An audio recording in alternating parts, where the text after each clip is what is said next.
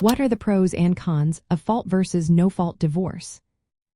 Imagine a marriage ending and wondering how the legal process will unfold. Will you need to prove someone did something wrong? Or can you simply state the marriage is over? That's the core difference between fault and no-fault divorce. Fault divorce means one spouse has to prove the other did something wrong like adultery, cruelty, or abandonment. No-fault divorce lets you say the marriage is broken beyond repair without pointing fingers.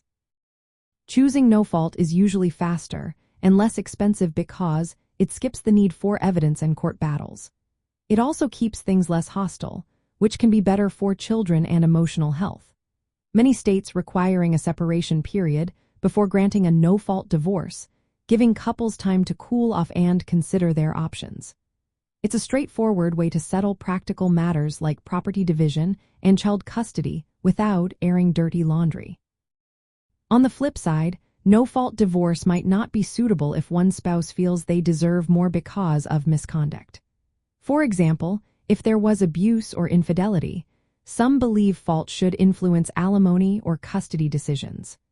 But since fault isn't considered in no-fault cases, the wronged spouse might not get extra support or a more favorable outcome.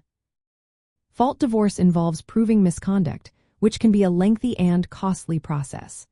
Gathering evidence, filing additional paperwork, and possibly facing court fights can take months or even years.